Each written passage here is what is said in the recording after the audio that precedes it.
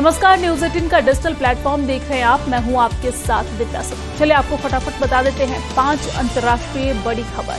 पहली खबर है तुर्की से, जहां पर तुर्की और पाकिस्तान के बीच संबंधों में हालिया समय में बेहतरी आई है। तुर्की के राष्ट्रपति रेसेप एर्दोगन ने लगातार वैश्विक मंचों पर पाकिस्तान का पक्ष लिया, तो इस्लामाबाद की ओर से भी तुर्की को दोस्त मुल्क कहा जाता है। दोनों देशों के बीच बने इस दोस्ताना माहौल का फायदा पाकिस्तान की इंटर सर्विसेज इंटेलिजेंस यानी कि ISI उठा रही है। ISI के लिए तुर्की ऑपरेशनल धुरी बनकर उभरा है। ISI अब खुलकर तुर्की की खुफिया एजेंसी के साथ काम कर रही है। रिपोर्ट के मुताबिक पाकिस्तान और तुर्की की खुफिया एजेंसी अब सीक्रेट तरीके से संपर्क साधने के बजाय खुलकर तालमेल बिठा रही है। हालिया महीनों में ऐसे कई मामले सामने आए हैं जो दिखाते हैं कि आतंकवाद से जुड़ी जानकारी जुटाने से लेकर सीमा पार अपराधियों को पकड़ने तक दोनों देशों के बीच सहयोग बढ़ रहा है। तुर्की की नेशनल इंटेलिजेंस ऑर्गेनाइजेशन और पाकिस्तान की ISI ने मिलकर इस साल इस्लामिक स्टेट की आतंकी अबू यासिर अल तुर्की के खिलाफ कार्रवाई की है। MIT डिजिटल निगरानी और क्षेत्रीय नेटवर्क के जरिए अल तुर्की गतिविधियों पर नजर रखी जा रही थी। अब दूसरी बड़ी खबर कतर से है, जहां पर कतर के प्रधानमंत्री शेख मोहम्मद बिन अब्दुल रहमान अल थानी ने शनिवार को कहा है कि गाजा में मौजूदा हालात को सीज फायर नहीं कहा जा सकता है और कहा कि इसके लिए पूरे इलाके से इजराइल को हटना होगा। अल थानी ने ये बात दोहा फोरम में एक पैनल पर चर्चा के दौरान कही। कतर की राजधानी में अल थानी ने कहा कि अमेरिका के नेतृत्व में अंतर्राष्ट्रीय मध्यस्थ गाजा में शांति समझौते को पक्का करने के लिए दूसरे चरण के लिए आगे का रास्ता बनाने पर काम कर रहे हैं। उन्होंने गाजा में शांति प्रक्रिया को एक अहम मोड़ पर बताया है। दोहा फोरम में अल थानी ने कहा कि हमने अभी जो किया है वो एक ठहराव है। हम इसे अभी सीज फायर नहीं मान सके। युद्ध विराम तब तक पूरा नहीं हो सकता है जब तक इजरायली सेना पूरी तरीके से वापस नहीं आ जाती है।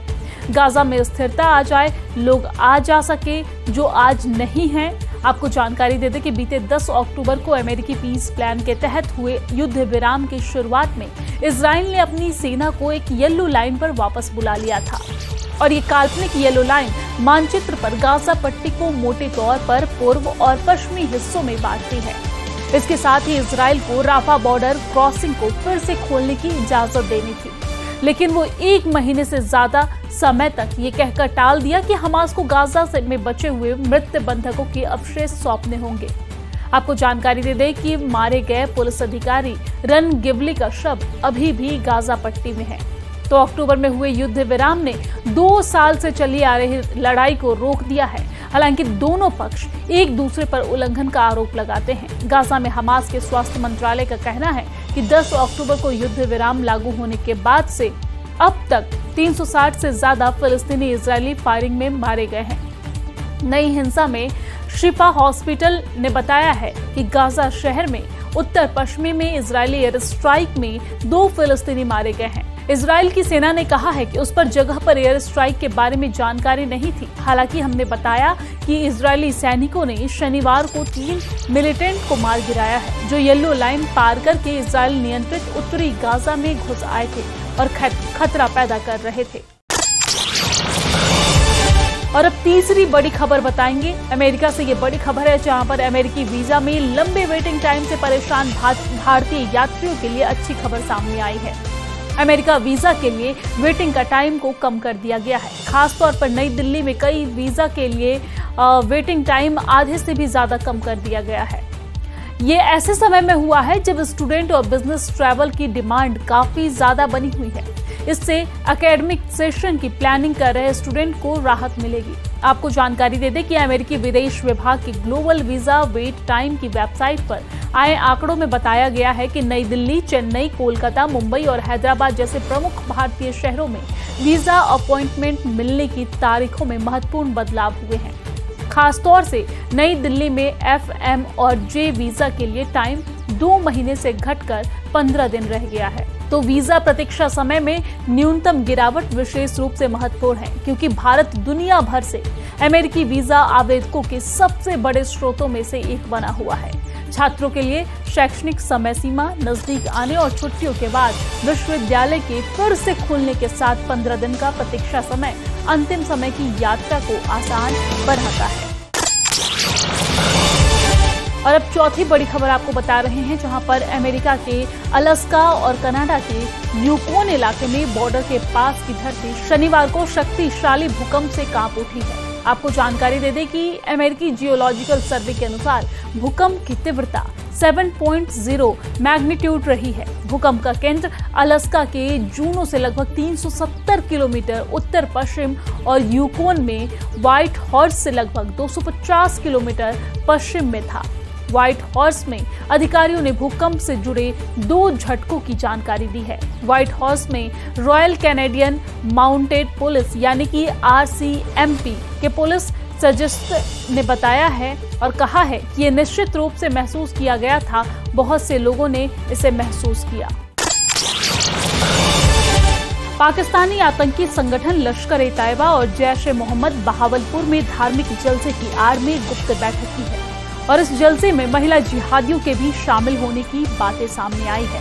बताया ये जा रहा है कि ये आतंकी संगठन एक बार फिर से भारत के खिलाफ बड़ी साजिश रच रहे हैं और इसे लेकर भारतीय सुरक्षा एजेंसियां अलर्ट मोड पर आ गई है।